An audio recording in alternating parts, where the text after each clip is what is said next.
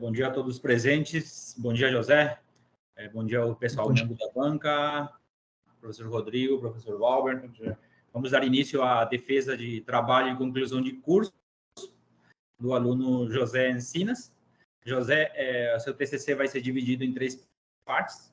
A primeira vai ser a parte onde você vai apresentar o seu trabalho, vai expor, detalhar. A segunda vai ser uma parte de atribuição. E a terceira a gente vai conversar aqui sobre o seu trabalho, tá bom? Então, perfeito. Vamos dar início à primeira parte. José, você tem até 30 minutos para apresentar o seu TCC. Boa sorte. Perfeito, Jorge. Muito obrigado. Bom dia a todos. Primeiramente, cumprimentar os membros da banca, o professor Dr. Walber Ferreira Braga, o professor Dr. Rodrigo Delfim Guarizi, ao meu orientador, professor Dr. Jorge Jimenez Ledesma, e hoje vou apresentar o meu trabalho de conclusão de curso. Sou antivírus. O título do meu trabalho é o algoritmo microgenético aplicado ao estudo de proteção de sobrecorrente em sistemas de distribuição, considerando geração distribuída. Assim, no sumário vai estar dividido em 6 partes. Vamos começar desde a introdução para entender um pouco a base do trabalho, até chegar até as propostas para trabalhos futuros. Começando pela introdução. Vamos começar entendendo a importância da energia elétrica. O fornecimento de energia elétrica no tempo atual representa uma das maiores preocupações dentro da humanidade. Tudo isto produto de que temos uma crescente dependência em relação a esse serviço, já que a energia elétrica está no coração do desenvolvimento. Assim, o consumidor procura a cada vez mais um serviço de qualidade cada vez maior. É por isso que um parâmetro importante é a continuidade do serviço. E é o sistema de proteção que tem a função de garantir aquela continuidade do fornecimento de energia elétrica para o consumidor. Também vamos entender um pouco sobre os sistemas de distribuição. Aqui na imagem temos uma estrutura convencional de um sistema elétrico de potência. No ponto 4, temos a subestação abaixadora, e é aí onde começa o sistema de distribuição. Um sistema de distribuição que tem como objetivo reduzir os níveis de tensão para média tensão e baixa tensão para os consumidores industriais e domésticos. Assim, os sistemas de distribuição têm sido analisados tradicionalmente na sua configuração radial, é dizer, uma rede trifásica, desbalanceada, alimentada por uma única fonte trifásica. Devido ao crescimento contínuo da demanda de energia elétrica, foi inserida a geração distribuída, onde basicamente o consumidor pode gerar a sua energia, consumi-la e o restante introduzi-la na rede. E é nessa fase de introduzi-la na rede onde a característica do fluxo muda no sistema de distribuição de um fluxo unidirecional para um fluxo bidirecional. Os benefícios da geração distribuída. Como fontes de energia renovável, eles podem lutar contra as mudanças climáticas e questões ambientais. E para redes ativas de distribuição, eles podem reduzir as perdas de energia e também podem alimentar cargas em torno à sua localização, fazendo assim, aliviando a carga da fonte principal. Os possíveis efeitos da geração distribuída nos sistemas de proteção tradicionais. Vamos ver alguns casos. Por exemplo, no falso disparo. Aqui nesta imagem, aqui, por exemplo, vamos ter um falso disparo do relé 2. Mas, primeiramente, para ver este cenário, nós temos que imaginar o cenário onde a geração distribuída está desligada. Quando ocorre uma falta no alimentador 1 e a geração distribuída está desligada, o relé 1 vai atuar e vai isolar o alimentador 1. Porém, quando a geração distribuída está ligada, se acontece aqui uma falta, aqui o relé 1 vai isolar a falta, mas uma porção da corrente da geração distribuída possivelmente vai ir por o caminho do relé 2, já que temos uma diferença de impedâncias quando o alimentador 1 sai de conexão. Assim, vamos ter uma falsa operação do relé 2.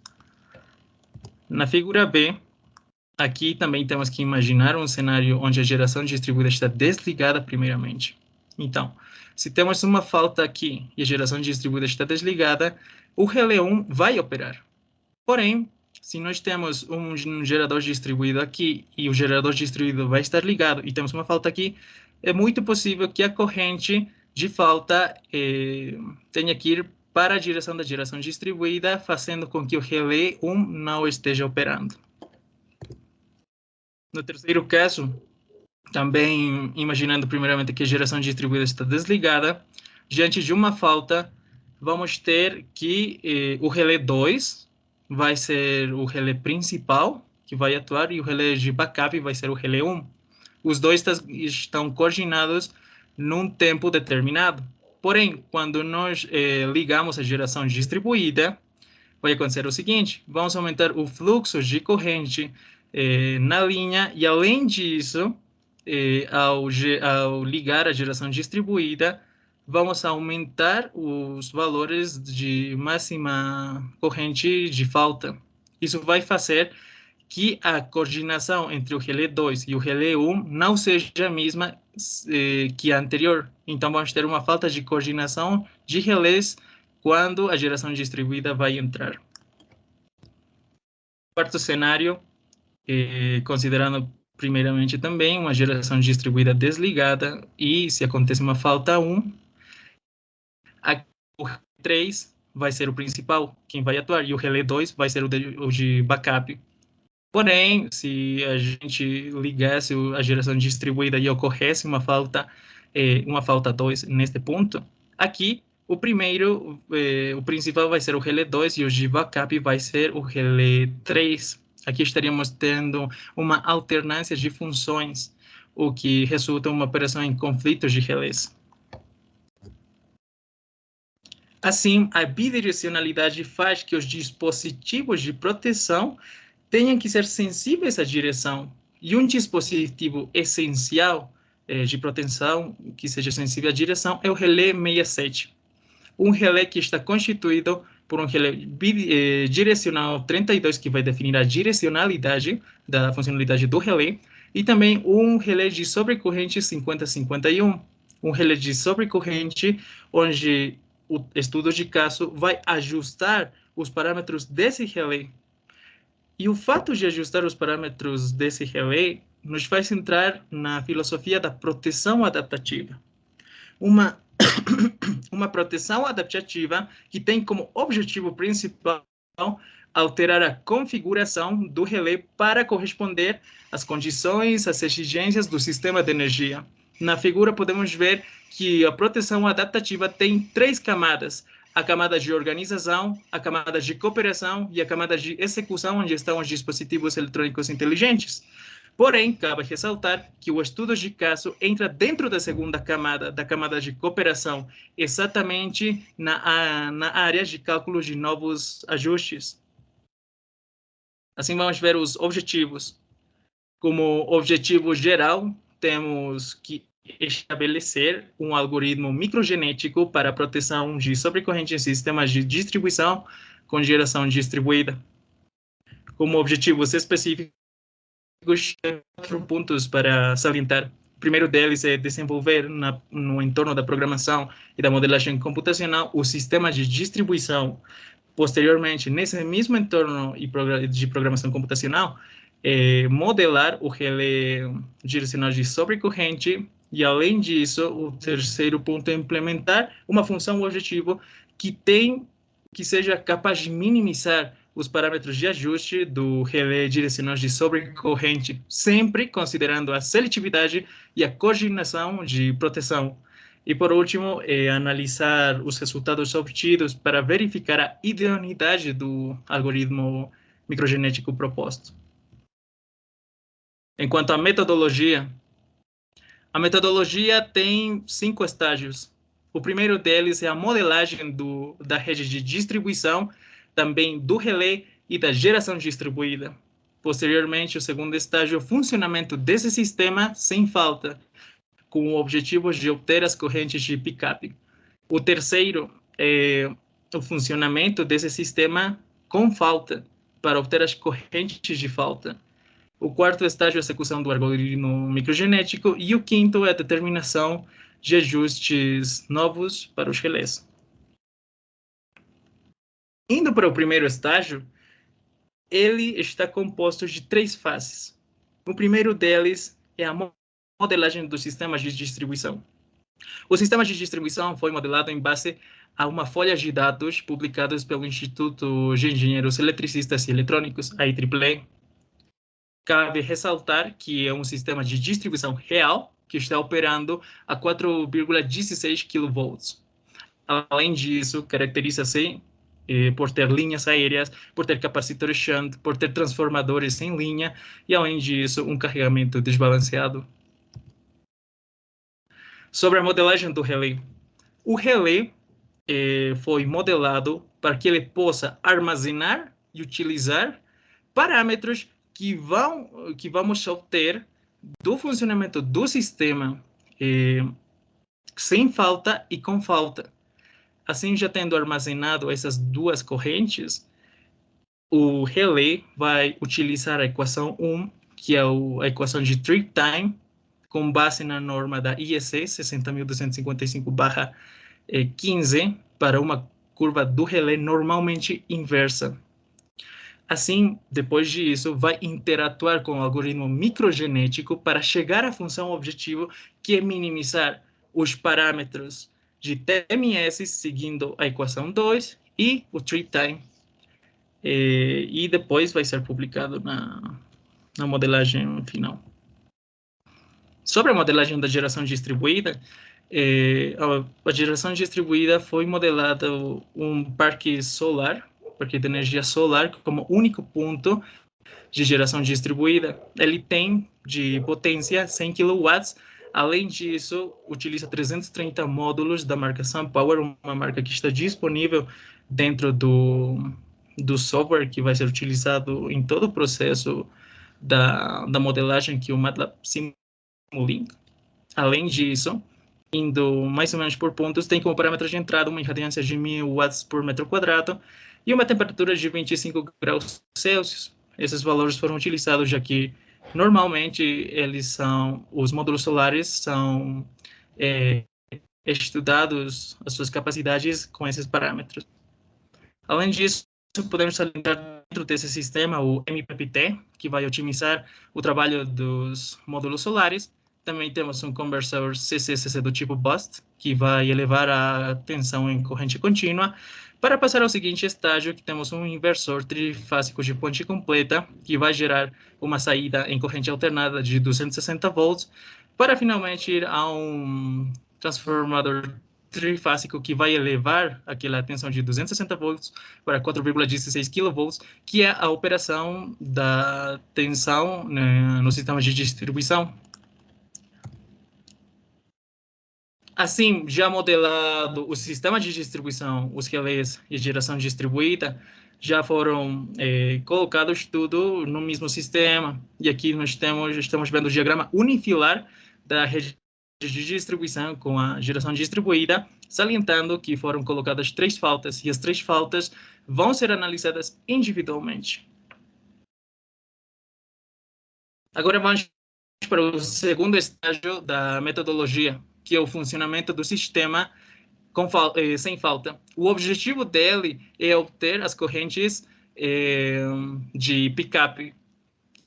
Isto vai ser feito com uma simulação, com tempo de simulação de 0,1 segundos, e também cabe salientar que as 3 faltas vão ter um valor do dobro do tempo de simulação, com o objetivo de que as faltas não entrem dentro da simulação. Assim, na imagem, podemos ver que tanto a corrente quanto a tensão estão nas suas 3 fases e estão dentro de valores aceitáveis para a operação do sistema. Por exemplo, na tensão, temos mais ou menos valores que chegam a 5.000 volts, e no caso da corrente, que chega a ter mais ou menos 1.200 amperes. No terceiro estágio da metodologia, temos o funcionamento do sistema com falta. O objetivo dele é poder obter as correntes de falta dentro do sistema. Assim, o tempo de simulação vai ser o mesmo, vai continuar o mesmo, que é de 0,1 segundos, porém, o tempo de falta vai ser a metade do tempo de simulação, é dizer, de 0,05 segundos. Tudo isto para que as três faltas individualmente possam entrar dentro da simulação. E aqui no gráfico podemos ver que a partir do tempo de 0,05 segundos, no caso da tensão, temos uma queda abrupta da tensão, e no caso da corrente, temos uma subida também abrupta dos valores da tensão, chegando mais ou menos até 11.000 amperes. No quarto estágio da metodologia, temos a execução do algoritmo microgenético. Aqui na imagem podemos ver um fluxograma do algoritmo microgenético. E ele pode ser compreendido por quatro partes. A primeira parte é a seleção de maneira manual por parte do executor da população inicial e do número de iterações, salientando que a população inicial pode ir no máximo até 29, para seguir com a área de algoritmo microgenético. No estágio 2, o algoritmo microgenético vai fazer a leitura dos dados obtidos da corrente de pick-up e da corrente de falta, e também dos dados que o executor adicionou do número de população e número de iterações. Já no terceiro estágio, temos a funcionalidade da função fitness, que vai ser minimizar os tempos de TMS e trip time, para posteriormente ir para o cruzamento, mutação, seleção, assim ter a melhor população, e posteriormente o resultado de trip time e TMS otimizado vai ser mostrado após alcançar a última iteração. Assim, como quinta parte da metodologia, temos a determinação de ajustes novos para os relés, que vão levar em conta duas coisas essenciais. A primeira, no caso dos valores de TMS, que tem que estar dentro do intervalo para curvas normalmente inversas. Além disso, para os valores de trip time, tem que levar em conta que um relé vai ser o principal e o outro vai atuar depois. Tudo isso seguindo a seleção e a coordenação de proteção. Assim, nós temos os resultados e análises. Nesta parte, como parâmetros de entrada, primeiramente, vamos lembrar que estamos trabalhando com a norma IEC 60.255/15 para uma curva de relé normalmente inversa. Isso faz que, na equação que anteriormente foi apresentada, tenhamos valores de alfa, que é constante, para 0,02 e de K de 0,14. Assim também, em relação aos parâmetros de entrada do algoritmo microgenético, para os três cenários, vão ser trabalhados com o número de população inicial de 20 e o número de iterações de 30. Assim, nós temos o primeiro cenário, uma falta F1 na barra 671. Na imagem, podemos ver que, diante da falta, os relés que vão atuar vai ser o relé 10 e o relé 9. Assim, com o funcionamento do algoritmo microgenético, foi estabelecido os valores de TMS e de trip time dos dois relés. Por exemplo, aqui nós temos um valor de trip time do relé 10 de 0,17286 segundos. Já um valor de trip time do relé 9 de 0,18123 segundos. E para efeitos de comparação, os valores do TMS, vamos utilizar o valor de TMS do relé 10. Assim, vamos ter um aumento do trip time do relé 9 de 0,37 segundos.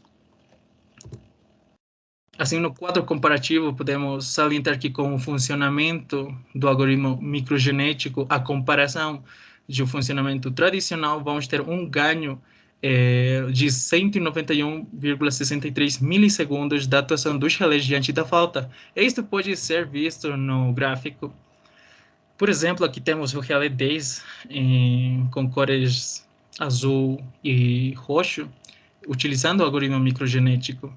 E vemos que o intervalo de tempo de atuação entre ele e o relé 9 com algoritmo microgenético de curva vermelha tem um intervalo de tempo muito menor em comparação ao relé 9 sem o algoritmo microgenético. Sempre salientando que a linha amarela vertical é a referência de curto-circuito. No cenário de falta 2, vai acontecer uma falta na barra 634, onde vão atuar o relé 4 e o relé 3. Assim também, seguindo os passos do cenário 1, foi feito os valores obtidos com a aplicação do algoritmo microgenético, onde aqui foram obtidos um trip time com o algoritmo microgenético do relé 4 de 0,09572 segundos e de um trip time do relé 5 de 0,16851 segundos. Já sem a utilização do algoritmo microgenético e calculando o trip time de maneira tradicional, temos um aumento do trip time do relé 5 de até 0,3048 segundos. Assim, aqui podemos ver que a comparação de utilizar e não utilizar o algoritmo microgenético, temos um ganho de 127,21 milissegundos na atuação mais rápida do relé diante da falta 2. Isso também pode ser visto na gráfica que está mostrada aqui no slide, onde o relé 4, também de color azul e roxo, está utilizando o algoritmo microgenético, e também dá para perceber que nesta referência de curto-circuito, o intervalo de tempo com o relé 5 utilizando o algoritmo microgenético é bem menor a comparação do relé 5 sem o algoritmo microgenético. Aqui nós vamos ter uma falta 3 na barra 692, onde nesta falta vai atuar o relé 9, o relé 7 e o relé 11. Seguindo também a mesma lógica dos outros dois cenários, foram obtidos os valores de trip time e de TMS para os relés. Neste caso, o primeiro a atuar vai ser o relé 9, com 0,1255 segundos. Também o relé 11, depois o relé 11, com 0,15043 segundos. E o relé 7 vai ser o último a atuar com 0,25312 segundos. E também fazendo as contas através da equação 1 de maneira tradicional, nós temos um aumento no trip time do relé 11 para 0,3255 segundos e aumento também no trip time do relé 7 para 0,4255 segundos. Isto também pode ser visto na gráfica. Por exemplo, aqui na gráfica azul converge, nós temos o primeiro relé a atuar, que vai ser o relé 9, que está utilizando o algoritmo microgenético, e o intervalo também de tempo é bem menor em referência ao curto-circuito, por exemplo, aqui temos a curva do relé 11, utilizando o algoritmo microgenético, onde o intervalo vai ser bem menor a comparação do relé 11 sem o algoritmo microgenético, que é a linha tracejada celeste. Então, também podemos ver isso. E assim, podemos ver, mais uma vez, que utilizando o algoritmo microgenético, a comparação sem a utilização do algoritmo microgenético, temos um ganho de 172,4 milissegundos na atuação dos relés para isolar essa falta. Assim como conclusões, podemos salientar 4 pontos. O primeiro, que tanto os valores de trip time e de TMS obtidos através do algoritmo microgenético podem resultar em resultados plausíveis. Além disso, esses resultados, como a gente viu, são menores à comparação do método tradicional, o que aqui podemos ver que no cenário 1 temos um ganho de 191 milissegundos, no cenário 2 um ganho de 127 milissegundos, no cenário 3 um ganho de 172 milissegundos. E por último, podemos salientar que a redução desses tempos são muito importantes dentro dos sistemas de distribuição e ainda mais num sistema de proteção onde as anormalidades, as faltas, têm que ter a menor tolerância possível entre a operação dos equipamentos ou na operação dos equipamentos. Já nos trabalhos futuros, podemos salientar 4 pontos. Um primeiro trabalho futuro poderia ser realizar inserção de mais pontos de geração distribuída ao longo do sistema de distribuição, e não apenas que sejam de energia solar, pode ser energia eólica, pode ser uma micro-usina hidrelétrica, pode ser de biomassa. Também levar a cabo um estudo com diferentes curvas de relés, não apenas com a normalmente inversa, também salientando que existe a muito inversa, a extremadamente inversa, o inverso de larga duração. Outro trabalho futuro poderia ser reforçar a incorporação por meio de novos modelos computacionais do algoritmo microgenético para ver os novos alcances do algoritmo microgenético e ver se ele pode ser mais ótimo ainda. E, por último, implementar um análise de faltas, onde as faltas sejam simultâneas, porque aqui o análise foi feito para faltas individuais. Então, também poderia ser uma proposta de um trabalho futuro. Assim, muito obrigado pela atenção. Estou aberto a qualquer dúvida.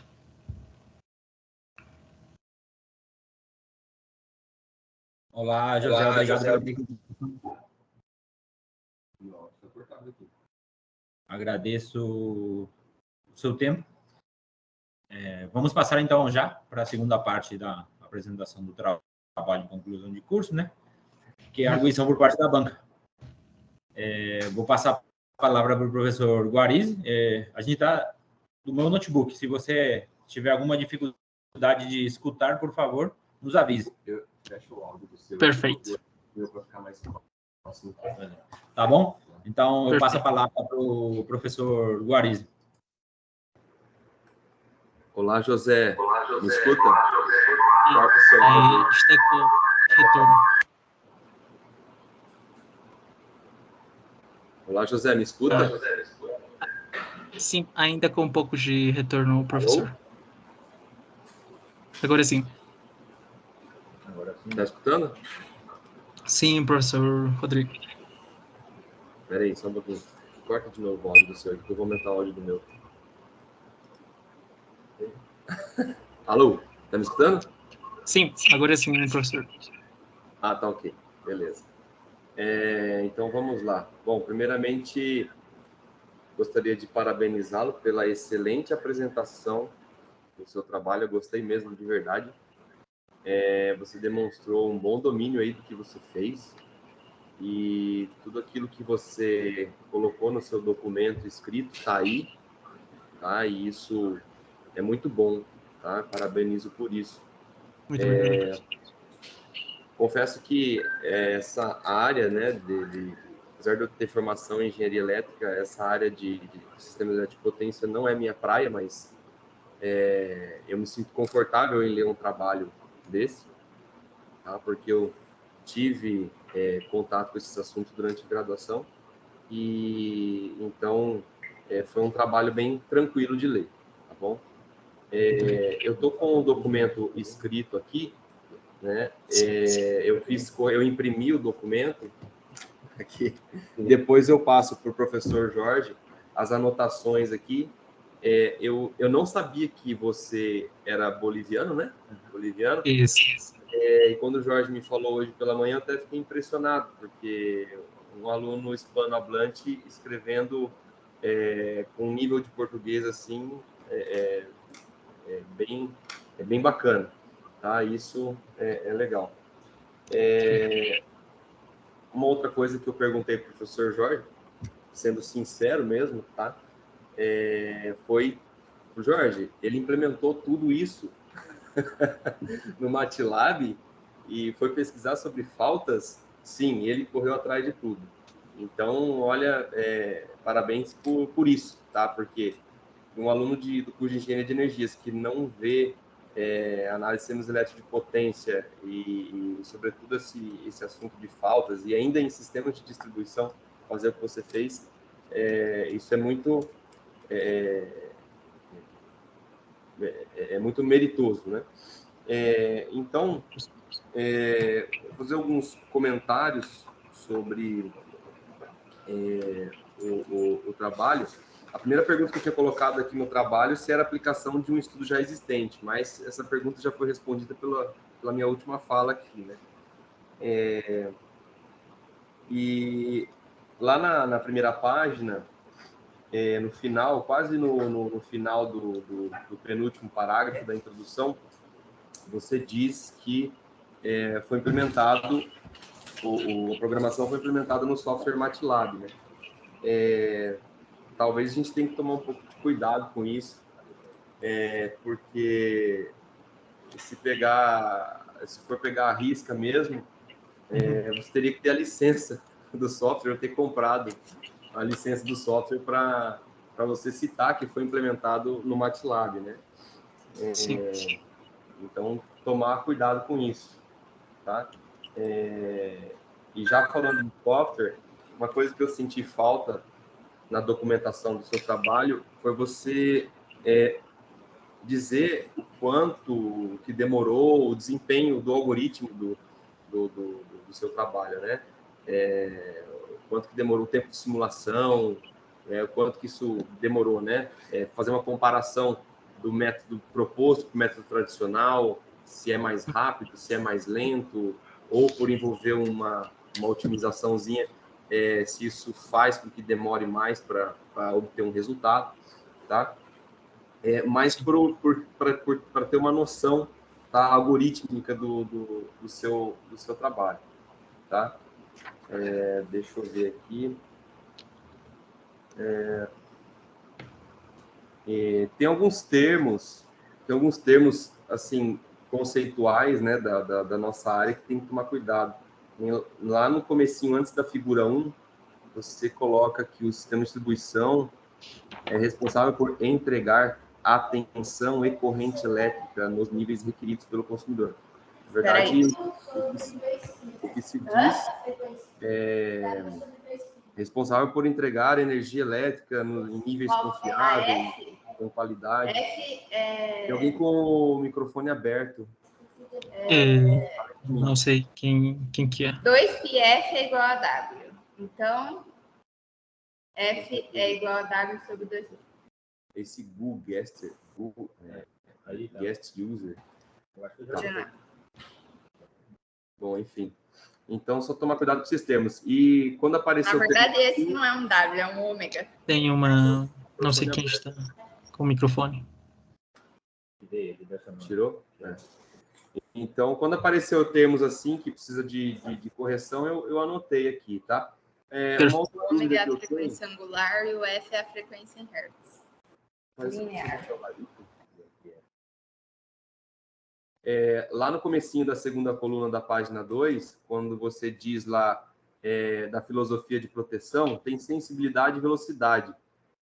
São as mesmas coisas, porque o texto ali está o mesmo quando você vai explicar sensibilidade e velocidade. Não sei se você está com o documento aí. Sim, tá. Sim, aqui estou do lado, mas se você quiser, eu posso compartilhar aqui na tela. Ah, tá. Está escutando Então pode aumentar aí, pode diminuir. Compartilhar. Tá. Para mim tá de boa. Tá bom. A ver, Ele vai colocar por gentileza. Vou compartilhar o documento. Eu estava compartilhando a tela da apresentação. Aí dá para ver, né, minha tela?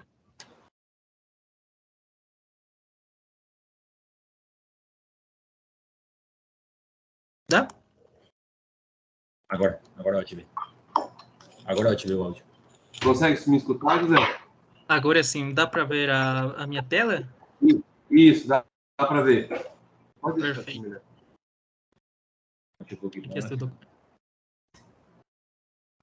Ali onde se fala sensibilidade e velocidade, são as mesmas coisas.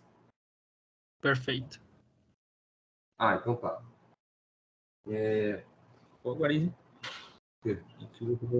Velocidade? Sensibilidade e velocidade aqui, ó. São as mesmas coisas aqui na filosofia da proteção, que tá o mesmo texto. O sistema de proteção deve responder às anormalidades com a menor margem possível de tolerância e interpretação, e a não operação dos seus equipamentos. Aí está de novo para a velocidade de um sistema de São proteção. diferentes. Eles são diferentes. Ele copiou o texto. Sim. Aí existe uma falha. Tá, então, corrigir isso aí, tá? Perfeito, muito obrigado, professor.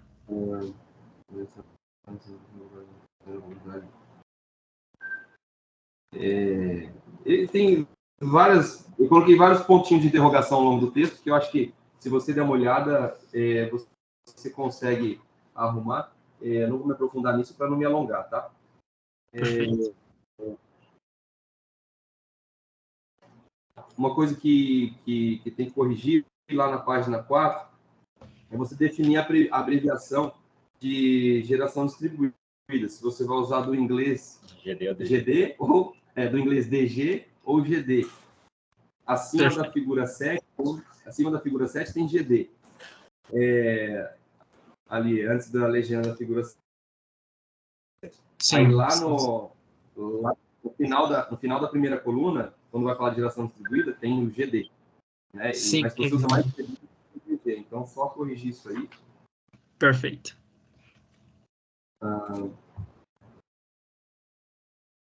Aí, lá na página 5, quando você vai falar da proteção adaptativa, no item F, a proteção adaptativa é uma filosofia de proteção que permite e procura fazer ajustes. Ela faz sozinha isso? Como é que é? Entendeu? Então, eu fiquei em dúvida. Como que é feito isso? Né? Fazer ajustes nas várias funções de proteção, visando ajustá-las às condições predominantes do sistema. Tá, mas de que forma que ela faz? Te falta explicar isso aí só. Perfeito. Poderia me repetir em qual parte está? Porque aí o som está meio entrecortado. Tá, lá no item F da página 5, quando você vai falar da proteção adaptativa, ali, ó, proteção adaptativa. Ali no comecinho, a proteção adaptativa é uma filosofia de proteção que permite e procura fazer ajustes nas várias funções de proteção. Tá, mas procura fazer como? Ela faz sozinha? Tem uma inteligência artificial por trás disso aí? De forma que faz? Perfeito. Sobre a proteção adaptativa, ela... Pode falar. Sim, ela tem 3 camadas, como já foi mencionado anteriormente, onde a camada de organização justamente a que visa estabelecer quais parâmetros podem ser ajustados.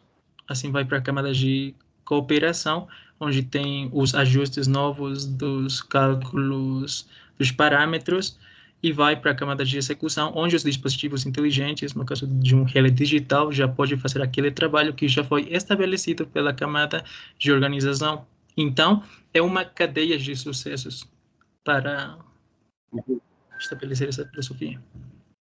Eu entendi. Eu não tenho dúvidas que para você está claro isso aí, entendeu? Só que no texto... Perfeito. E às vezes isso aí não está claro. Deixa eu ver uma outra coisa aqui.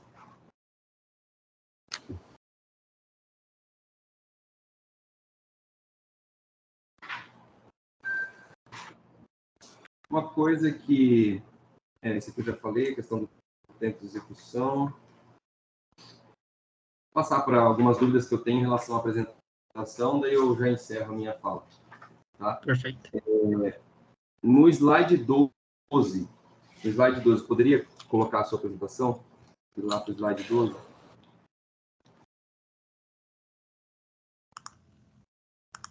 Aqui. Isso. Aí você fala que vai aplicar as faltas, né? E eu não sei se você chegou a estudar, mas existem vários tipos de faltas, né? E algo que eu achei que faltou também ser pré-definido no seu trabalho escrito. Tá? Existe uma falta fase-terra, existe uma falta entre fases, existe uma falta trifásica e existe uma falta que é a mais grave, que é a trifásica terra, né? Sim. Então, eu acho bom você definir isso no seu documento escrito, já previamente, antes de dizer dos 3 cenários. E também, apesar de ter na apresentação, você definir o tipo de falta, né? Perfeito. No slide 15.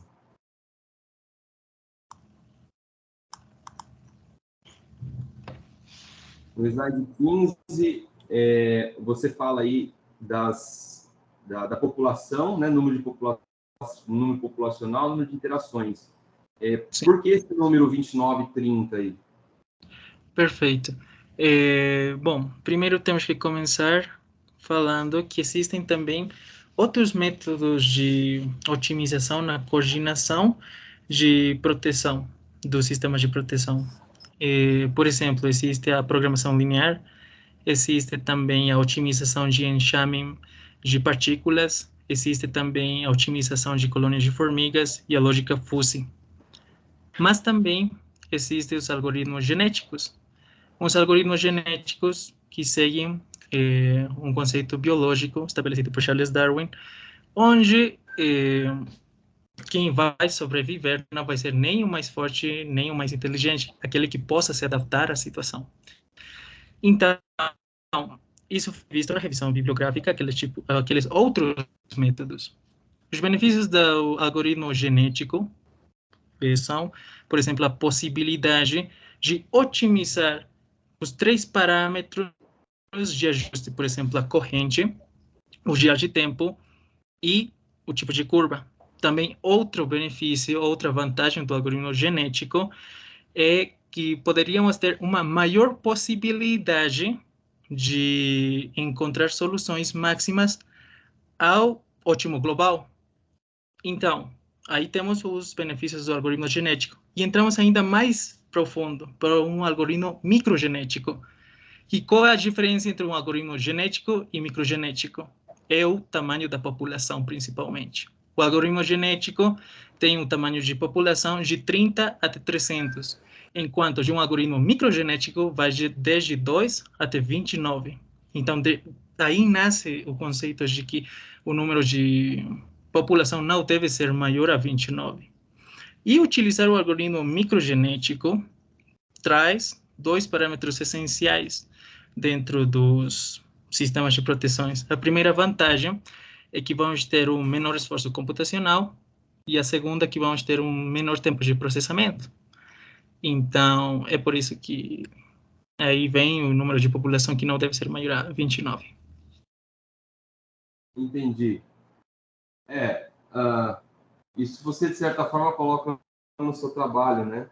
Que grandes tamanhos populacionais implicam grandes quantidades de processamento computacional. Mas, hoje em dia, com o avanço da tecnologia e de hardware, isso não é mais tanto um problema. Antigamente era porque não se tinham processadores igual temos hoje. Inclusive, a Unila tem um supercomputador que acho que não é nem utilizado por ninguém. Bob usa? Não, eu não uso. Então, aí, poderia ter feito trabalho com esse supercomputador. Exatamente. Mas aí um pouquinho... Eu não lembro se essa questão de número de indivíduos está referenciada aqui no seu trabalho, mas procura falar, não, tal referência fala sobre isso aí. E aí justifica, entendeu? E justifica. Só uma passadinha no slide 17 para eu... Mas responder minha pergunta, tá? Vai no slide 17. Ah, tá. Aí você cita de novo, né, da população inicial, de número de interações. Slide 18. Eu senti falta nessa parte de quadro comparativo uma comparação percentual entre a proposta e o método tradicional. Porque, às vezes, falar em milissegundos, para quem não é da área, fala, pô, milissegundos, isso é muito pequeno. Mas quando a gente fala de faltas em sistemas de potência, isso para o método tradicional, de 372 milissegundos, é uma eternidade. Né? Então, talvez colocar em termos percentuais também, tá, os resultados. E aí, isso também mais em conta com o que eu observei, poderia colocar tanto no resumo quanto na conclusão, tá?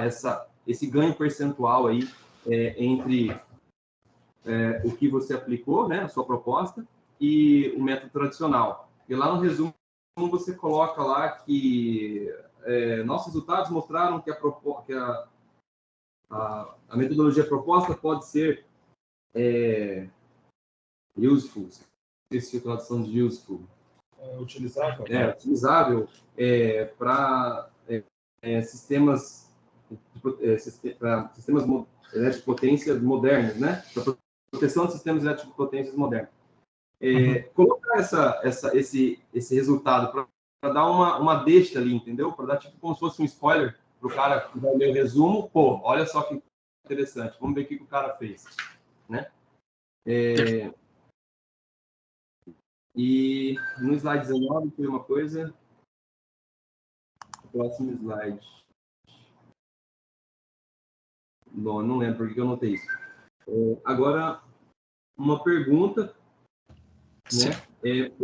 Pode deixar nesse slide, por que a curva, por exemplo, no caso do relé 4, com a sua proposta e com a aplicação tradicional, elas coincidem? Porque o relé mais próximo da falta? Bom, a primeiro foi mencionado na apresentação que para métodos de comparação, o TMS que foi encontrado pelo algoritmo microgenético ia ser utilizado na comparativa sem o algoritmo microgenético. Então, o resultado sai quase igual. É por isso que as linhas estão juntas.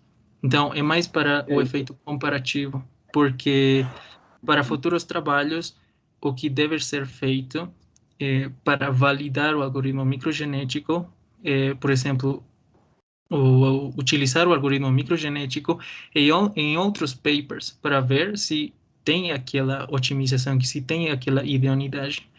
Mas isso ia demorar muito mais tempo.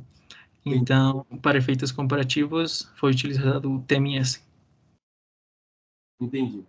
E para como sugestão, tanto no seu texto quanto na sua apresentação aí, na apresentação dessas tabelas, você poderia, eu sugiro, tá? Uma sugestão, conversa com o orientador depois, você pode colocar assim, na tabelinha ali, na tabelinha dos resultados. Sim. Resultado, como é que é mesmo? Valores obtidos com a proposta e valores obtidos com o método tradicional. Porque várias vezes você coloca no texto sem aplicação no microGD, com aplicação no microGD. Então, é uma comparação entre a sua proposta e o método tradicional. Tá? Eu acho que fica mais elegante no texto e também na sua apresentação aí. Tá bom? Perfeito, professor. E, para finalizar, como trabalho futuro, eu sugiro também que seja utilizado numa rede de teste maior, né? A I3E tem várias redes de distribuição aí, 33, tem a de 64, tem 9, tem a de 123, alguma coisa assim. Então, fazer uma rede maior, né? Lógico, é um TCC isso aqui, e o tempo que se tem para fazer isso aqui não é curto, tá?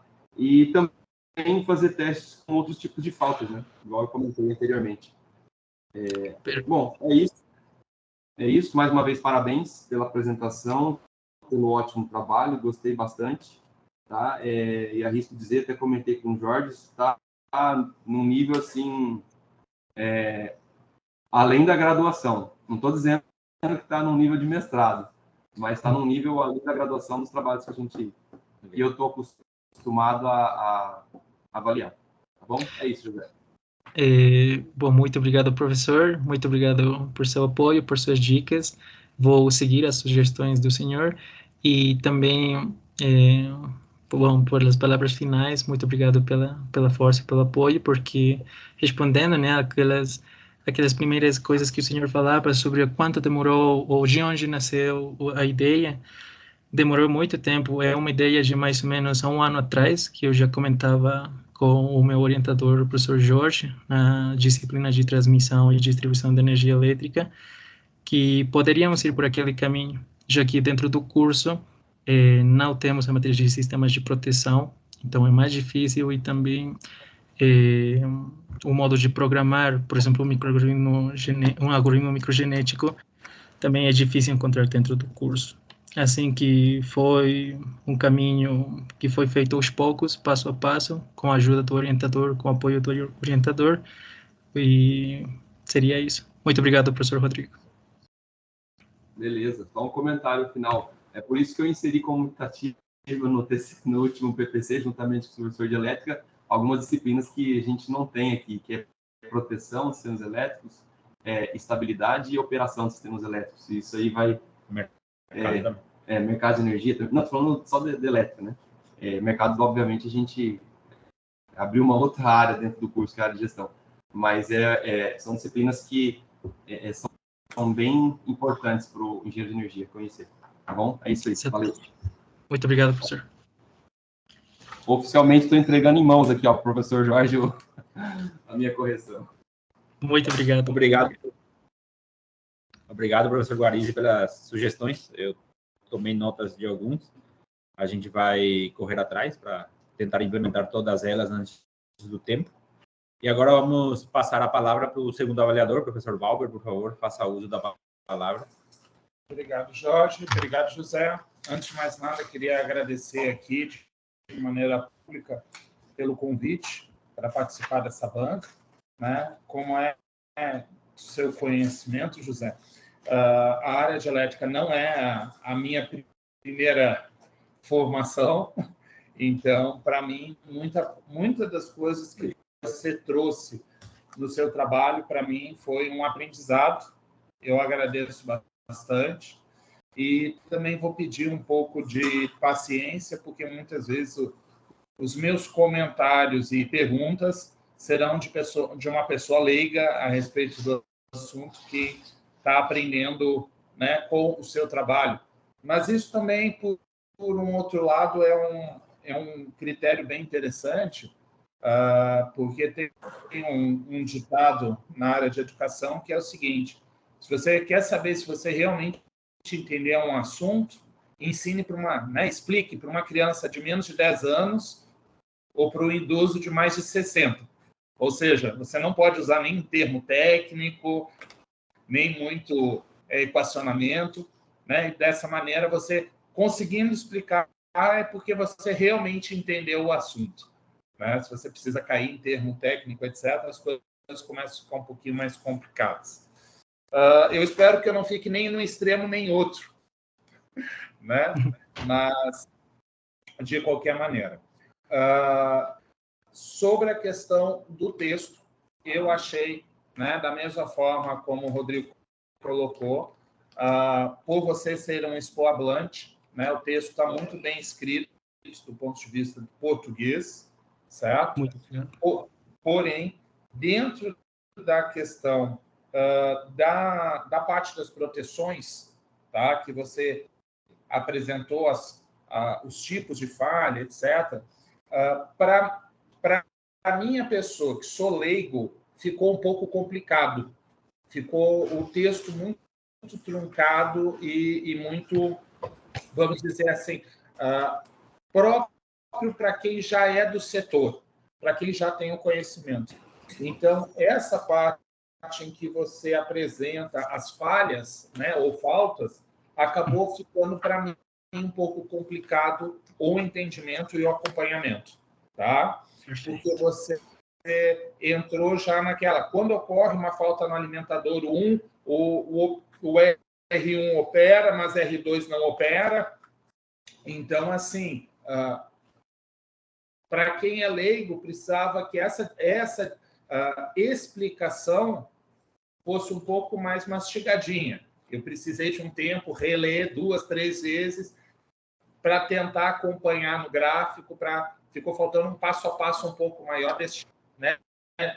Esmiuçar isso um pouquinho mais. Foi um problema que eu percebi ao longo do texto, tá? Embora, do ponto de vista do português, esteja bem colocado, bem resolvido, seria alguma coisa que até para alguém que escreve em português, né, alguém nativo do português, eu faria as mesmas colocações, que precisaria explicar um pouco melhor essas questões, tá? Eu acho que ficou faltando isso para a questão do português.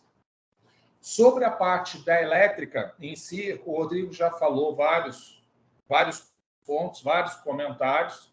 Então, aonde eu vou me deter com mais frieza é na parte da matemática, tá? Porque o que acontece? A sua apresentação, ela foi mais linear, ela foi mais encadeada do que o teu texto. O teu texto está para frente e para trás, tem informação que, para eu entender o que está antes, eu precisava de uma informação que está depois, ela está desorganizada do ponto de vista de entendimento. A tua apresentação, a forma como você colocou a sua apresentação ficou mais linear. Você tem um encadeamento melhor das ideias. A apresentação está gravada, né? O professor Jorge está fazendo isso. Então, depois você, é uma sugestão, você dá uma olhada, a maneira como você apresentou, a ordem como você apresentou, e verifica com o teu trabalho escrito que não está adequada. A apresentação que você fez ficou melhor para o entendimento de uma pessoa leiga. Por quê? Porque você apresentou as informações de uma maneira mais cadenciada. Então, eu acho que valeria a pena dar uma olhada na organização das informações. O que foi primeiro, o que foi depois, que acabou ficando um pouco mais claro. Do ponto de vista matemático, uma coisa que não ficou clara, porque estava muito óbvio para você e para o teu orientador, é o seguinte: você disse, vamos fazer uma otimização, né, da função do tempo, né, do trip time, e depois ajustar o valor do TMS. Mas você não apresentou qual é a tua função objetivo. A tua função objetivo, como deveria estar descrita no texto, não foi colocada. Você colocou simplesmente minimizar o tempo. E a única informação de equacionamento que você tem a respeito disso é a equação 3, que você trouxe a descrição. E dentro dessa equação 3, você tem dois parâmetros, o K e o alfa. São esses os dois parâmetros que você está adaptando? São esses os dois parâmetros que você está maximizando para minimizar o valor do tempo? Então, assim, é essa a informação que está faltando. Estou fazendo processo de otimização. Eu quero minimizar, mas qual é o parâmetro que eu estou ajustando para fazer essa otimização? Porque a corrente de falha e a corrente de pick-up, pelo que eu entendo, a corrente pick-up é uma corrente de não falha, aquilo que está funcionando normal. E a corrente de falha vai ser um parâmetro que vem da própria falha do sistema. Então, você não vai adaptar a corrente de falha no teu modelo. Você está modificando, pelo que eu estou entendendo do teu texto, o valor do K e o valor do alfa. É informação que não tem no texto, que você não trouxe na apresentação, para me dizer, ok, estou otimizando essa função, quero o menor valor do tempo, né, do trip time. Como eu vou otimizar? Quais são os parâmetros que eu estou otimizando? Perfeito. Bom, sobre a equação 3, primeiramente salientar que está com base na norma IEC. Além disso, foi escolhido para uma curva normalmente inversa. Então, quando já temos essas duas condições, os valores de K e de alfa são constantes. Então, o que estaríamos otimizando é o valor do TMS. Um TMS otimizado vai dar um trip time otimizado. E o TMS tem que estar dentro do intervalo para esse tipo de curva normalmente inversa, para que, assim, o algoritmo microgenético possa otimizar o TMS e, posteriormente, vai otimizar o trip time. Ou seja, o parâmetro que você está otimizando, na verdade, é o TMS, que tem que estar entre 0 e 1. Exatamente, Ou com seja, intervalos de 0,01, sim. Ou seja, você está otimizando um único parâmetro, correto? Exatamente, mas posteriormente vai otimizar o trip time, que são os parâmetros de ajuste do relé. Não, é que são duas informações diferentes, é isso que eu preciso deixar claro. Tem que ficar claro isso para o leitor do trabalho e para mim não ficou. Você está minimizando o trip time, ok? Então, o trip time é a tua função objetivo. Para você minimizar o trip time, você precisa mexer em algum parâmetro, senão o trip time vai ser constante. E de acordo com a equação 3, o único parâmetro que eu poderia utilizar, então, é o TMS.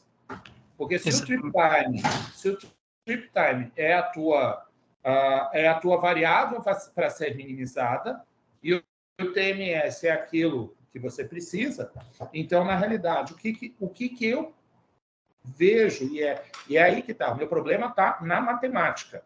Tá? Eu estou saindo um pouco da elétrica, eu estou olhando para a equação 3 do ponto de vista matemático puro e simples. Tá? Ou seja, esquece a física, vamos deixar só a matemática. Eu tenho ali 2 pontos. Eu tenho o trip time, tenho o TMS, e o TMS multiplica toda uma expressão ali que depende da corrente de falta, da corrente pick-up, do K e do alfa. K e alfa, você acabou de me dizer que são constantes, porque dependem do tipo de relé que você está utilizando. No momento que você definiu o relé normalmente inverso, o valor de K e de alfa está determinado. Fechou. A corrente de pick-up vem do sistema funcionando normalmente, sem falha. Então, ele também é fixo. Então, a corrente de falha também vai ser um valor fixo que vem a partir da falha, ou seja, se o relé não funciona, aliás, se o relé está funcionando adequadamente, mas não é acionado, ou seja, a corrente passa pelo relé normalmente, eu vou ter essa corrente de falha. Ou seja, ela também não vem da atuação do relé, ela também eu não posso utilizar. Então, o que acontece? Todo o lado direito da equação se torna uma constante. Então, na verdade, o que você está me dando da equação 3 é o trip time igual ao TMS vezes uma constante. E aí é que está. Me pega um pouco difícil eu entender esse processo de otimização. Porque, assim, se for só isso, é só jogar o menor valor do TMS, eu vou ter o menor valor do trip time. Eu estou com dificuldade de entender, por isso que eu perguntei sobre a função de objetivação, né? Sobre a função objetivo, para entender esse processo. Isso, para mim, é uma coisa que, talvez, para você, para o seu orientador, como estão envolvidos nisso, está claro, mas para a minha pessoa que peguei esse trabalho pela primeira vez para fazer essa leitura, não está claro qual é a função objetivo e nem a forma como eu consigo minimizar ela. Perfeito. Sobre o TMS, bom, então, o valor otimizado vai ser o TMS, para que posteriormente o trip time possa ser otimizado. Temos que entender o que é o TMS. O TMS, basicamente, é o controle que permite à curva característica do relé ajustar-se a um tempo de disparo predeterminado de uma corrente específica. Então, o TMS tem que se adaptar a referências de curto-circuito que vamos obter, que está na mesma equação 3, que é a razão entre a corrente de falta e a corrente de pick-up. Isso seria uma explicação. Mas isso não está posto no texto e falta essa informação. Eu não consigo, dentro do teu texto, entender o processo de otimização. Perfeito. É esse o primeiro ponto. Já que eu estou pegando pelo texto, na mesma página 3, você traz a figura 4 com os tipos de curvas características e as informações que você traz de TMS, de alfa de carga, etc., não estão relacionadas. Você simplesmente apresenta as curvas, né, e joga lá. A figura 4 apresenta as inclinações das curvas. Seria interessante que você pudesse, essa figura aí, que você pudesse explorar ela um pouquinho mais, de tal maneira que quem não é da área, que tem que estar olhando pela primeira vez, consiga verificar ou entender o que significa esse normalmente inverso, muito inverso, né? Os tempos, tem que ser entre 0 e 1, etc. Eu sei que isso aqui é um gráfico log-log, mas essas informações de TMS, etc., estão aqui nesse gráfico. Essas informações estão aqui. Então, assim, aonde elas estão? De tal maneira que seria mais tranquilo você fazer essa relação. Tá? Continuando, eu sei que o Rodrigo pegou muito pela apresentação, eu vou pegar mais pelo texto. Página seguinte, na página 4, né, você fala sobre a definição do tempo de coordenação, né? E aí, quando você fala em tempo de coordenação, você... aquele parágrafo que está logo embaixo ali da relação da inequação 4, aquilo ali já foi mencionado anteriormente. Todo aquele parágrafo ali pode ser suprimido. Tá? Perfeito. Mas você fala em relé montante e relé jusante. O que define o que é montante e o que é jusante? Porque, por exemplo,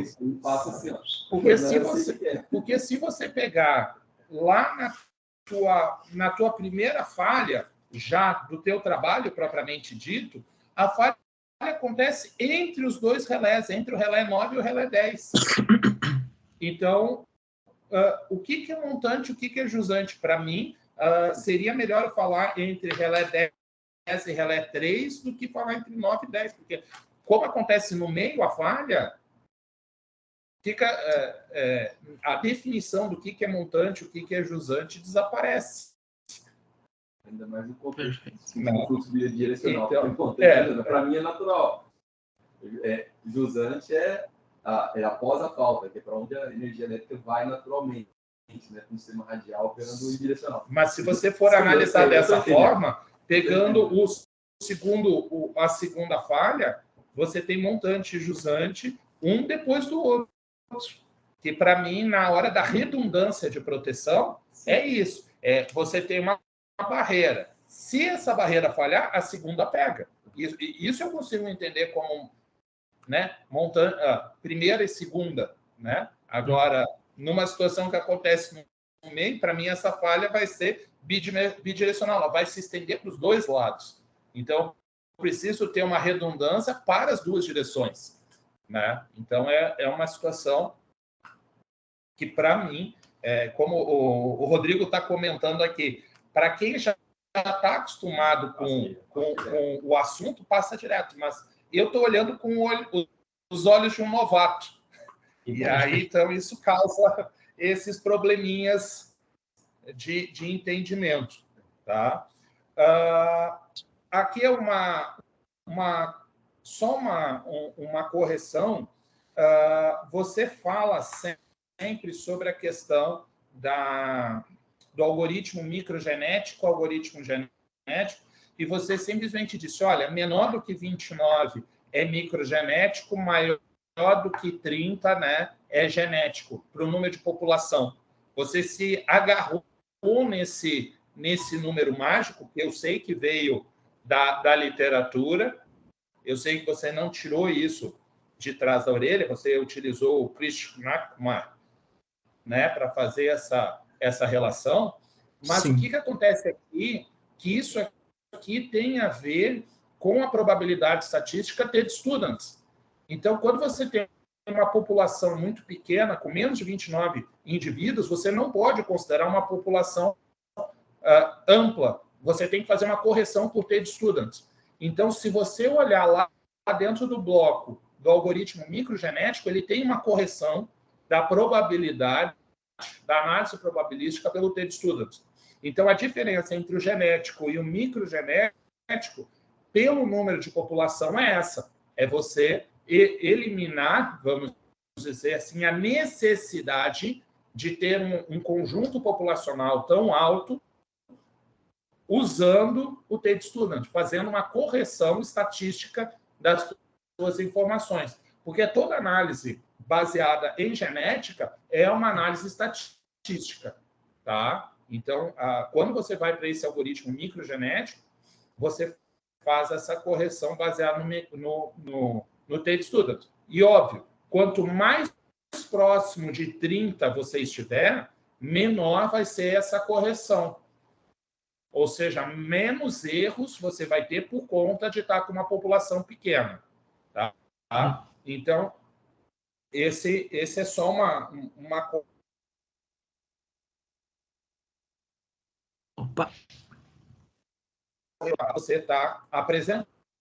Mas, justamente, quando você vai para o micro, né, você não... Aliás, tanto o micro quanto o genético, a base principal é que você cria um DNA, você cria uma propagação genética, você cria uma estruturação genética, e essa genética pode ser alterada através de mutações, tá?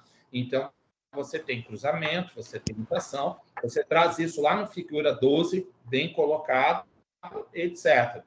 Onde é que está o problema? Você não explicou como é a tua regra de formação do teu genoma, né? Você não explicou como é a formação do teu DNA e, portanto, você não tem as regras de cruzamento e mutação e não apresentou qual é a tua função de seleção. Né? Quais são os parâmetros que você vai para determinar, né, o que é o mais apto, o que é o de maior ganho.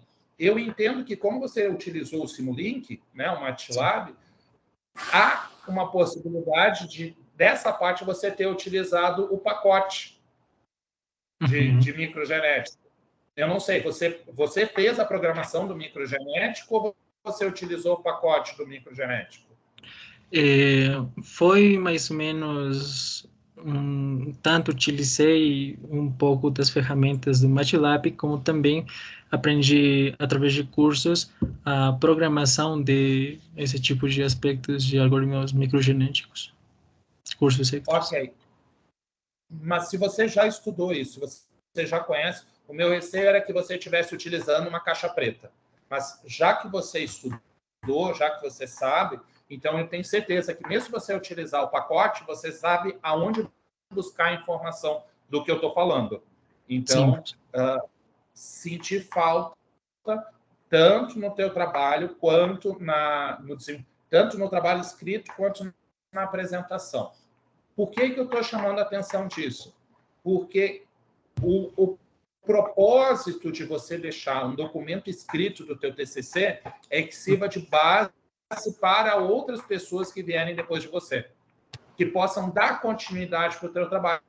Por isso que uma das partes importantes do TCC é justamente trabalhos futuros, sugestão de trabalho futuro. O que eu posso fazer a partir do teu trabalho? Né? E se não trouxer essas informações referentes ao microgenético, boa parte do legado do teu trabalho não vai ser passado adiante. Certo? Sim. Porque você está fazendo um trabalho que aqui eu vou puxar a orelha do Rodrigo. Não é só uma questão de não estar acima do nível da graduação. Eu acho que sim, é um trabalho já em nível de mestrado, tá? Porque você está fazendo uma inovação, você está fazendo uma coisa, você está indo além. Então, sim, é um trabalho de nível de mestrado. E justamente por isso precisa deixar um legado. Você não está só produzindo aquilo que é conhecido. Você está indo além. O teu trabalho tem um excelente peso acadêmico, tem uma importância de desenvolvimento muito grande, e eu gostaria muito que você deixasse esse legado aqui dentro da instituição. E para deixar esse legado, essas informações a respeito do microgenético é importante você trazer. Então, eu senti as informações da formação do genoma e das regras de cruzamento e das regras de mutação. Só que aí a gente fecha o ciclo. As regras de genoma, as regras de cruzamento e as regras de mutação só ficam claras, só ficam explícitas a partir do momento que você conseguir explicitar a função minimizadora. Se você não tiver a função minimizadora definida, você não tem como explicitar o teu genoma. Então, Perfeito. por isso que eu lá no início eu briguei que estava faltando trazer as informações da tua função objetiva. Certo? E no momento que eu faço isso, não me interessa muito se você está trabalhando com proteção, se você está trabalhando com mecânica de fluidos, está trabalhando com a área que fosse. É uma função minimizadora, é uma função objetiva, é uma função genética. E aí é que eu gostaria de pegar esse detalhe. Voltando agora para a física. Quando você vai para os teus resultados e análises, tá?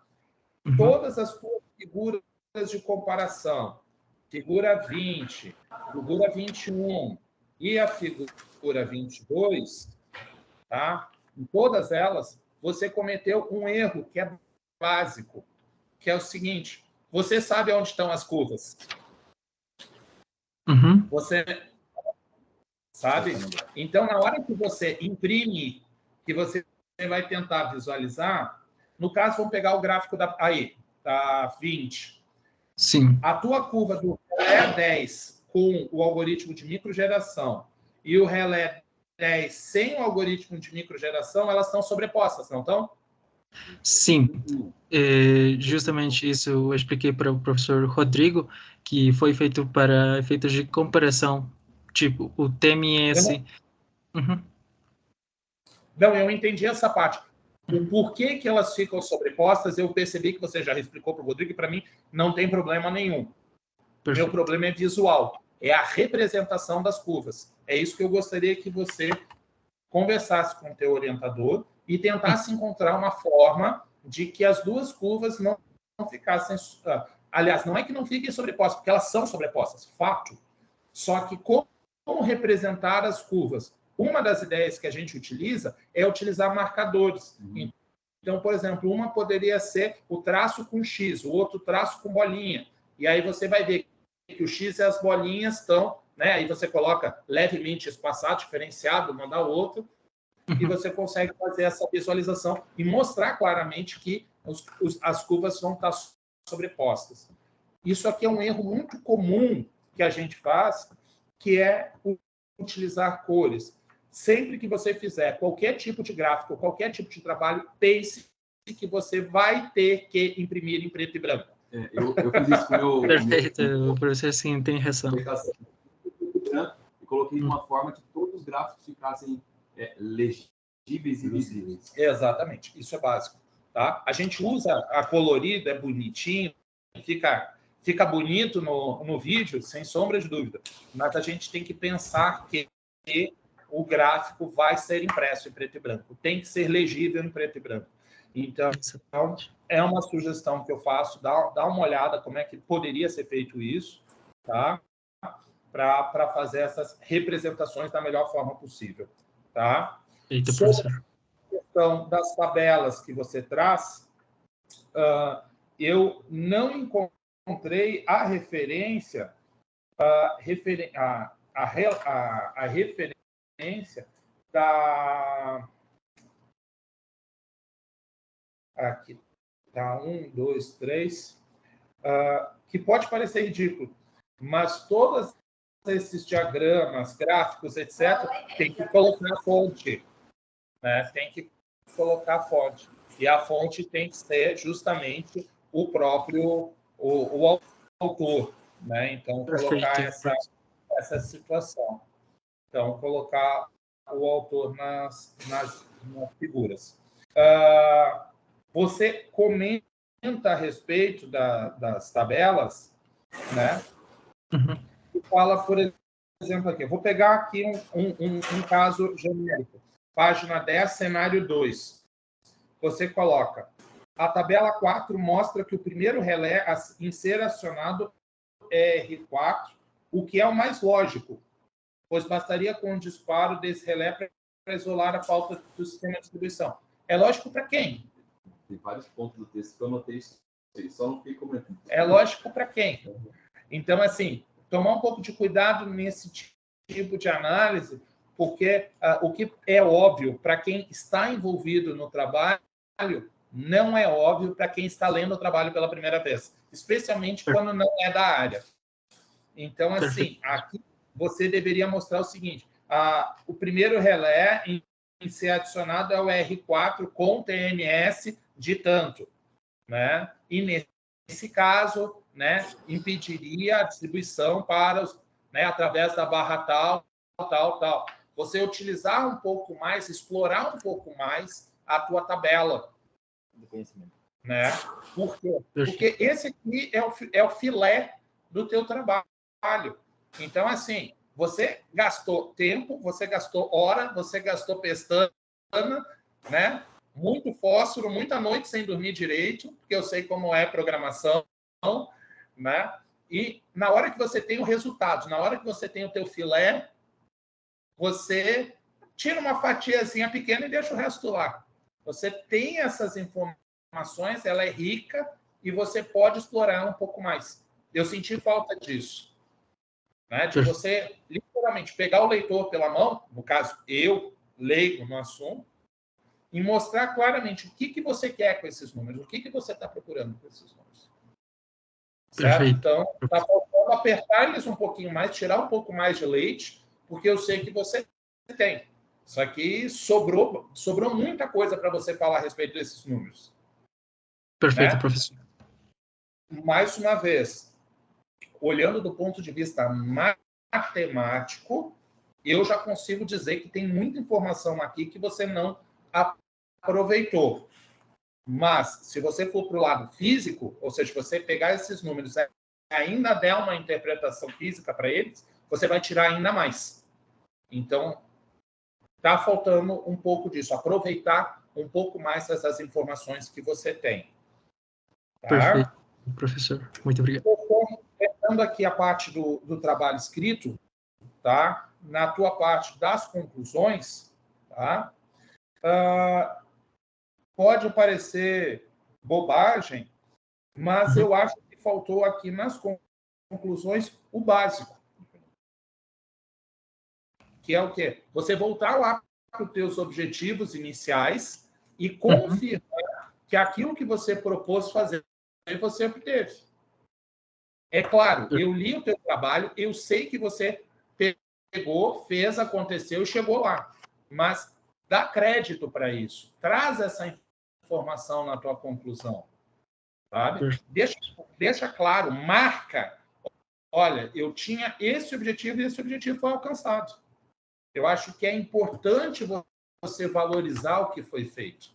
Então, ficou faltando isso na tua conclusão, certo? Você voltou na tua conclusão a analisar resultados. Você voltou na conclusão a especificar valores numéricos. E a gente não faz isso na conclusão. A conclusão é a hora de você dizer, olha, eu queria fazer isso e eu fiz. Está aqui, está aqui, está aqui. É isso que ficou faltando trazer na tua conclusão. Certo? Perfeito. E dentro disso, você coloca aqui que registrou-se os cenários, os tempos, etc. Estou pegando aqui só na parte da conclusão.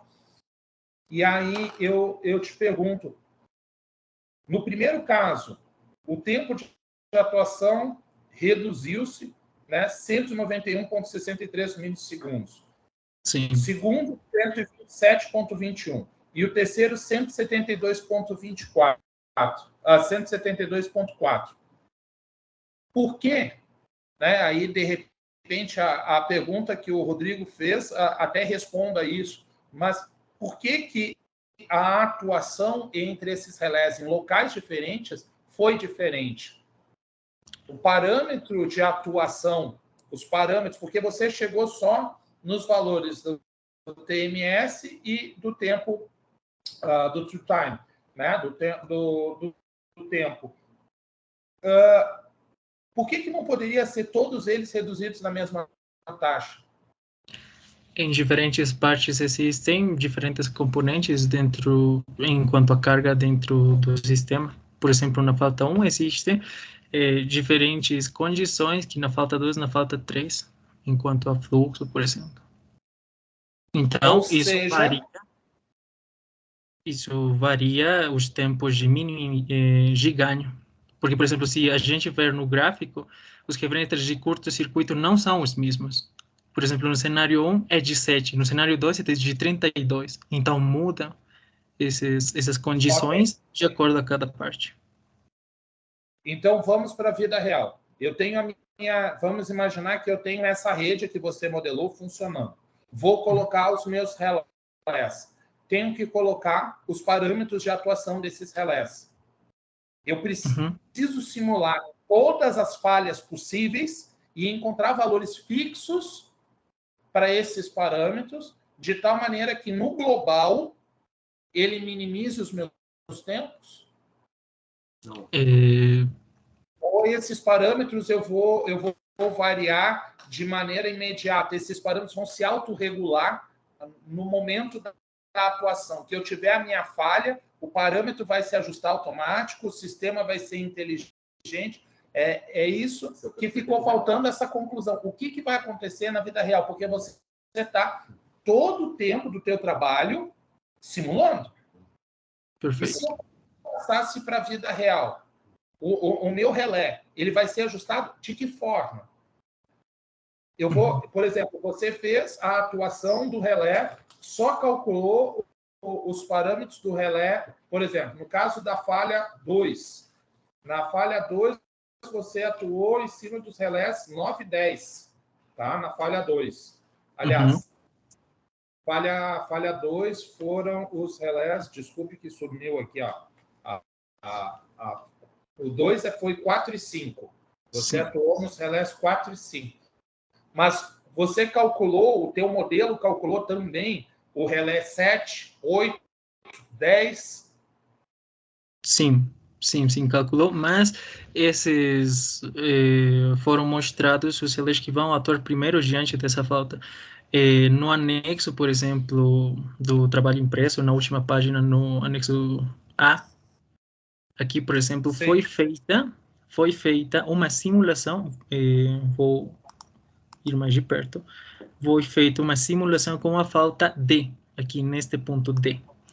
Então, aqui, o sistema, a modelagem calculou que o primeiro relé a atuar vai ser o relé 6, com um tempo de 0,09 segundos, o relé 7 com 0,13 segundos, e também teve a capacidade de calcular dos outros tempos dos outros relés. Mas, por exemplo, aqui vemos que tem relés que estão longe da falta, que está mostrando o valor de 0. E isso porque esse valor de trip time fugiu dos valores de TMS para essa falta em T.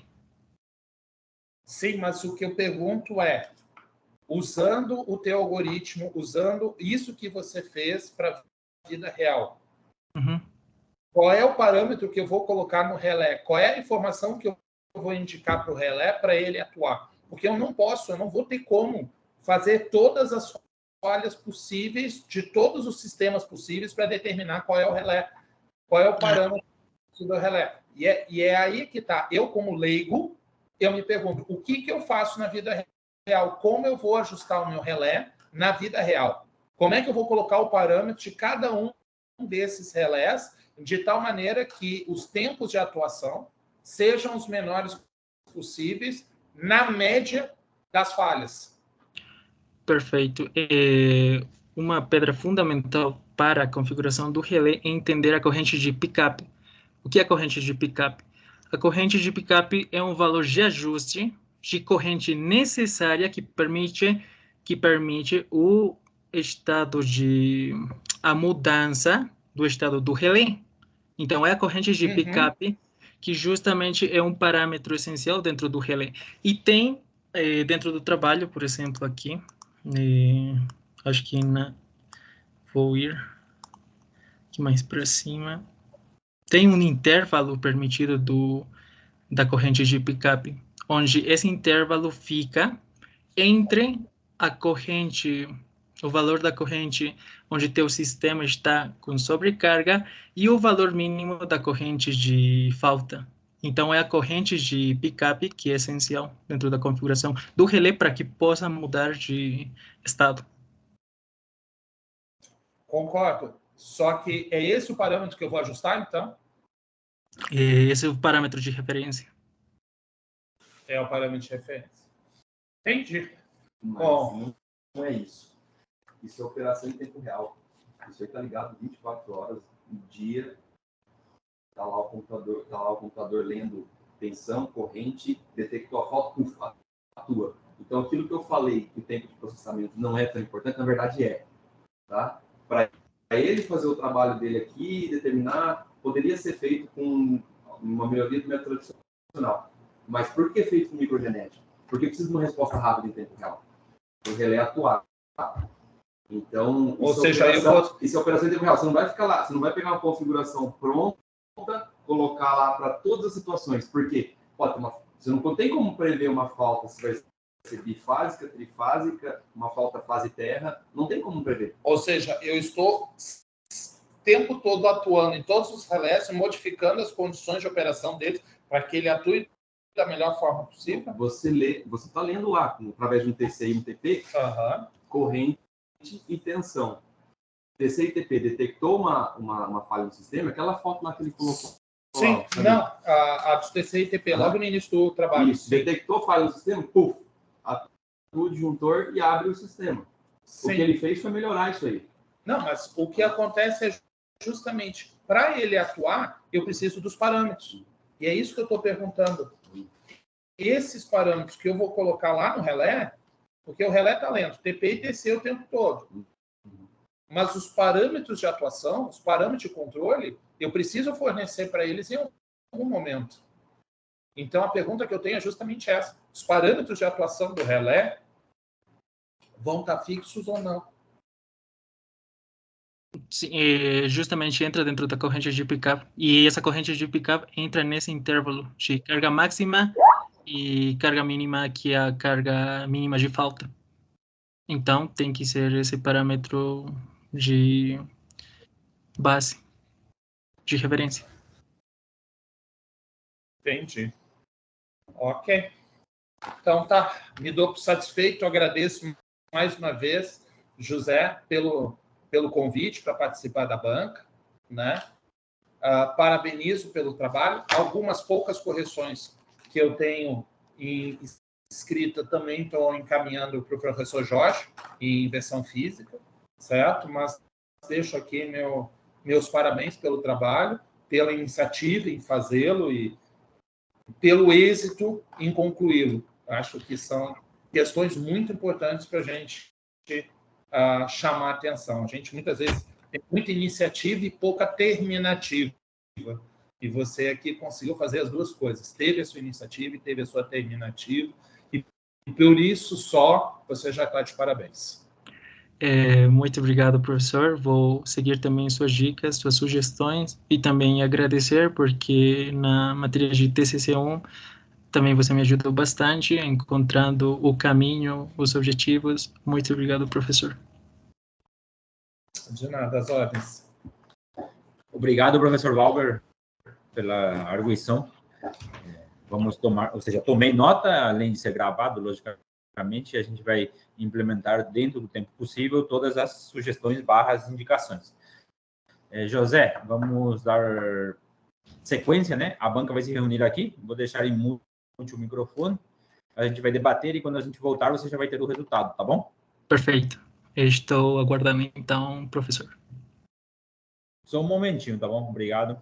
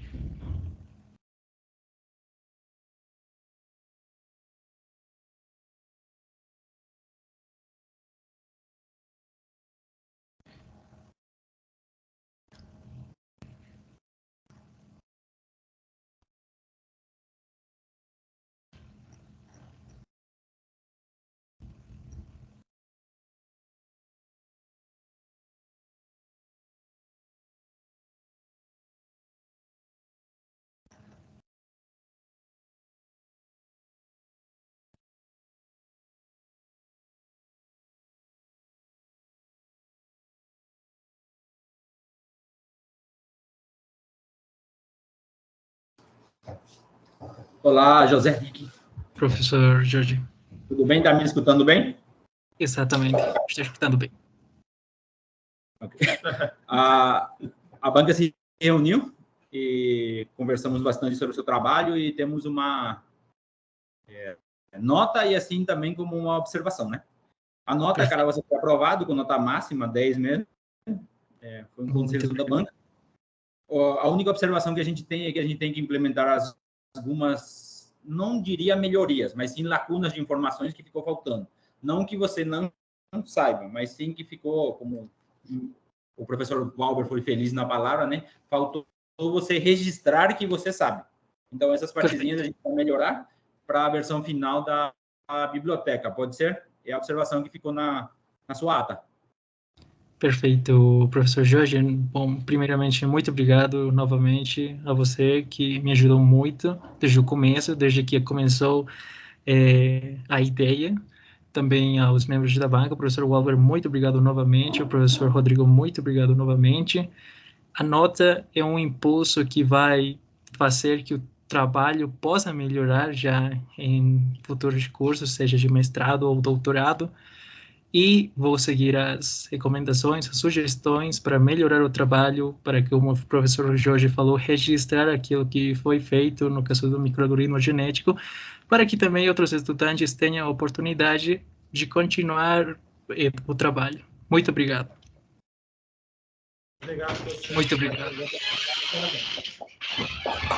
Sim. Muito obrigado, professor. Parabéns mais uma vez, José. Conforme você bem colocou, né, que essa nota seja, então, um impulso aí para você implementar as melhorias no seu trabalho, viu? Um abraço. Muito obrigado, professor. Um abraço grande e feliz Ano Novo e feliz Natal também, já um pouquinho atrasado. Igualmente. Igualmente. Então, eu vou dar encerrado a sua defesa de trabalho de conclusão de curso. José, parabéns. Espero que esse trabalho seja o primeiro de muitos que você tenha pela frente. E não mais, a gente vai conversar pelo WhatsApp para ajustar as melhorias e submeter a sua nota, tá bom? Então, muito obrigado, professor. Muito obrigado a todos os espectadores. E, novamente, um feliz Natal e Ano Novo para absolutamente todos. Até. Até mais. Tchau, tchau. Até mais, pessoal. Tchau, tchau.